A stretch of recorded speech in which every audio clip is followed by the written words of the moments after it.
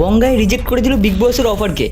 তো গাইস শুরুতে আমি কথা বলবো বঙ্গাইকে নিয়ে। তো গাইস বঙ্গাই হিন্দি বিগ বসকে রিজেক্ট করে দিল। তো এই নিয়ে বঙ্গাই ফেসবুকে একটা পোস্ট করে, আমি তোমাদের স্ক্রিনশটটা দেখিয়ে দিচ্ছি।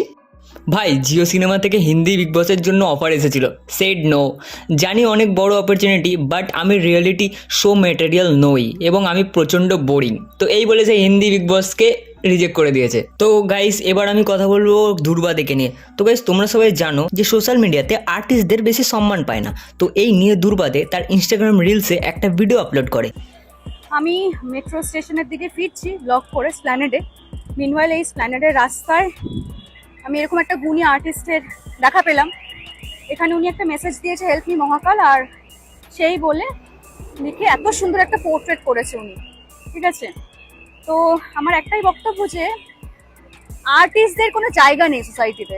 এত সুন্দর ওনার ট্যালেন্ট, এত সুন্দর ওনার কলা, কিন্তু আজকে রাস্তায় পড়ে এভাবে আছে। দেখে যে এটুকুনি বোঝা যাচ্ছে, আমি কথা বললাম, ওনার কিন্তু মানে থাকার জায়গাও নেই। উনি এক সাইডে থাকে, এক সাইড মোড়ে, ওনার কোনো বাড়িঘরের রাস্তায় থাকে, কিন্তু এইটুকুনি করেই এই রাস্তার মধ্যে মাটিতে যেটুকুনি ওনার সম্বল আছে, চক রদি এসব দিয়ে উনি একে মানুষের কাছে হেল্প চায়। আর যে যেটা সাহায্য করে, এখানে অনেকেরা সাহায্য করেছে।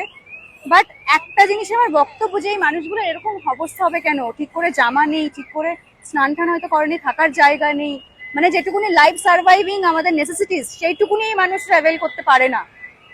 বাট কত কত মানুষের যত কোনো যোগ্যতা নেই, কোনো ট্যালেন্ট নেই, আজকে খুব রাজার হালে হয়তো আছে। তো এইসব এই বৈষম্যগুলোকে আমি জাস্ট সোশ্যাল মিডিয়ার মাধ্যম দিয়ে, যেহেতু আমার কিছু অডিয়েন্স আছে, সেই জন্য আমি তুলে ধরছি।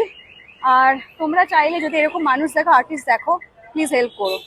তো গাইস আজকের জন্য আমার কাছে শুধু এই কটাই নিউজ ছিল। যদি তোমাদের নিউজগুলো ভালো লাগে তাহলে চ্যানেলটা সাবস্ক্রাইব আর ভিডিওর একটা লাইক করে দাও। আর বাংলায় এরকম নিউজ দেখতে হলে আমার চ্যানেলটা সাবস্ক্রাইব করে দাও। দেখা হচ্ছে পরের নিউজে। বাই।